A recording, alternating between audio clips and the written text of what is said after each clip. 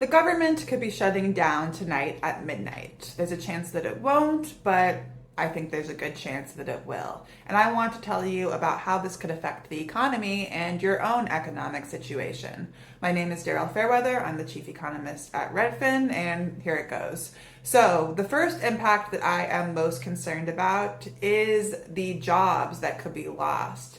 The president is threatening to lay off federal workers if there is a shutdown. In the past, workers have had to go without paychecks for a while, but when the government resumed functioning, they got that back pay and life went on as normal. But this time, people could be out of a job permanently. And that could mean that, people can't afford their rent, they can't afford their mortgages. We might see more homes for sale and fewer people wanting to buy homes in places like Washington D.C. where there are a lot of federal workers, and that could lead to lower home values in local DC markets. So that's the first big concern. My second concern is about interest rates. In the past, when the government has shut down, we've seen some fluctuation in interest rates that could really go either way.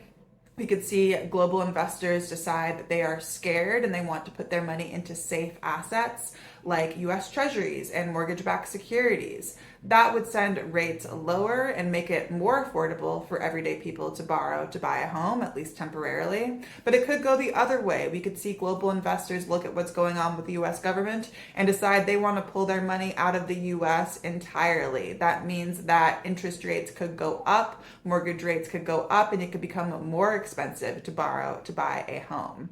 Now, the last thing I'm concerned about is more from my perspective as an economist. We won't be getting government data during the shutdown. We won't be getting jobs numbers from the Bureau of Labor Statistics. And this will make it harder for the Federal Reserve to do its job in setting monetary policy. This means that we might be at greater risk of a recession, or we might have greater risk of continued inflation if the Federal Reserve can't assess what's going on. They can't properly do their jobs. So I'm going to be paying attention, obviously, to what's happening with the shutdown, and I will come back with more updates to see if any of these consequences materialize. So follow for more.